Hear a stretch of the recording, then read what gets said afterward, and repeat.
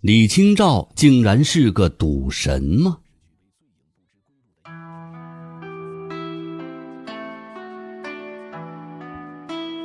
今天我要说的这位是一位诗人，是一个酒鬼，但是最让人想不到的，他竟然还是一位赌神。他就是千古第一才女李清照。首先要说说李清照的出身，这可能跟她的潇洒性格有很大关系。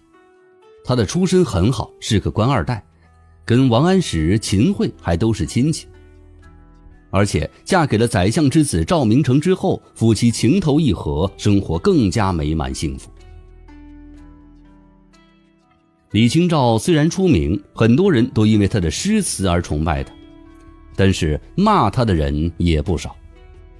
宋代有个著名学者叫王卓，就说李清照不知羞耻，不守妇道。因为按照当时人的要求，李清照确实算不上什么女德模范。她的3杯2盏淡酒，怎敌她晚来风急，沉醉不知归路等等诗句，都能看出李清照确实很喜欢喝酒。据统计，她所有的作品当中，大概有30%的诗词都含有酒，简直比李白的含酒量都高。一个爱喝酒的女人，在古代能有什么好评吗？再来说说她好赌，这一点从她跟赵明诚的夫妻生活当中就能看出来。根据记载，李清照与丈夫赵明诚常常用赌书取乐。这怎么个赌法呢？就是说出个典故，指出它是出自某本书，甚至某一页，胜者就可以喝刚煮好的茶了。李清照她屡屡获胜，有时候甚至高兴地打翻茶杯。这种高雅的赌法能看出她不仅学识渊博，更能凸显出她的好胜心了。当然，她肯定还赌些其他的，就比如打马。打马是宋朝的一种赌博，相传它是现在麻将的前身。这李清照喜欢赌博到什么地步呢？据说在金兵大举入侵之时，李清照收拾好了自己的行李，准备到亲戚家去避难。这一路是非常坎坷，可以说是风餐露宿，饭都吃不饱。经历了辛苦的跋涉，到达亲戚家之后的第一件事，这李清照就想着去找亲戚们赌博，而且还是经常通宵战斗，什么诗词歌赋通通的抛到脑后了。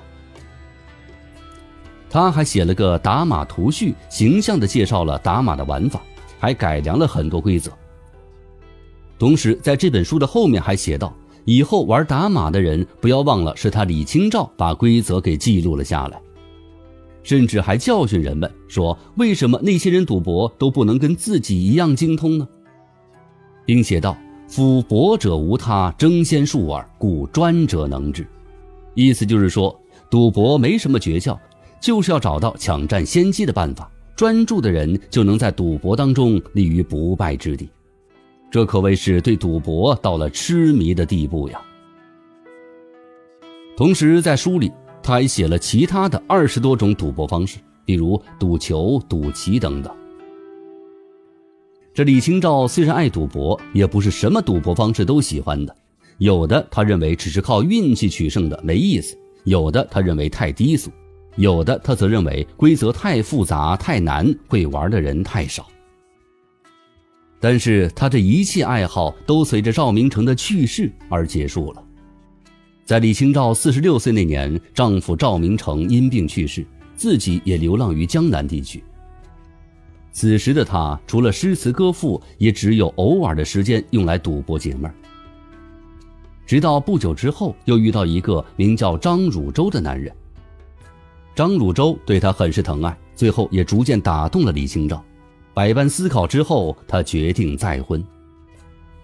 谁想到婚后呢，这个张汝舟的本性就暴露了出来，之前的关心疼爱只是为了李清照的财产，甚至还经常对他大打出手。最后李清照是抓住了张汝舟虚报考试次数的罪名，将其举报入狱，才逃离了魔掌。